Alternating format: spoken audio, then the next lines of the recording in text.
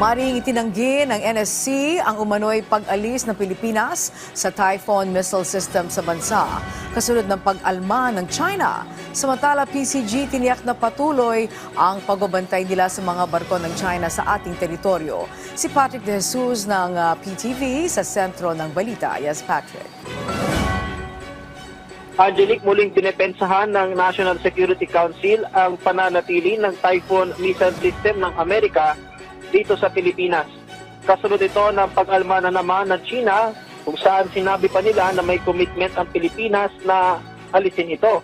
Sabi ng NSC, kailanman ay walang naging ganitong pangako ang Pilipinas, kung saan ang panatili nito sa bansa ay para sa pagsasanay.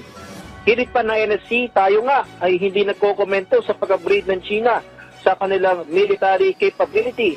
Pero bakit sila ay patuloy sa ginagawang pagpuna?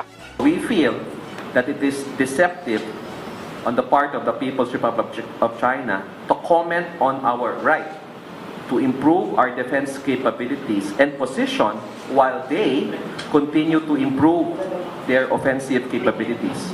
Iginiit din ng NSC na walang ipinapakalat ang Pilipinas na anti-China rhetoric dahil nanatili pa rin naman ang relasyon natin sa China. Kauling ito ng pagkakaresto kamakailan sa mga Chinese nationals dahil sa umano'y pang-espiya. Sabi ng NSC, may sapat na ebidensya rito kung saan naihain na rin ang mga kaukulang kaso. There is no anti-China rhetoric that is being propagated. We just happen to have the evidence to pin down several Chinese nationals who have been arrested by Philippine law enforcement authorities in the act of espionage. Samantala, patuloy ang pagbabantay ng PCG sa mga barko ng China sa ating exclusive economic zone sa West Philippine Sea. Sa ngayon ay naitaboy ng higit 100 nautical miles mula sa Bani, Pangasinan ang China Coast Guard 3304 dahil sa pagmaniobra ng barko ng PCG na BRP Capra.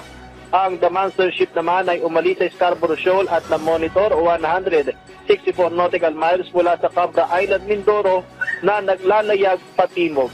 Yan ang pinahuling ulat. Balik sa inyo, Angelique. Alright, maraming salamat sa iyo, Patrick De Jesus.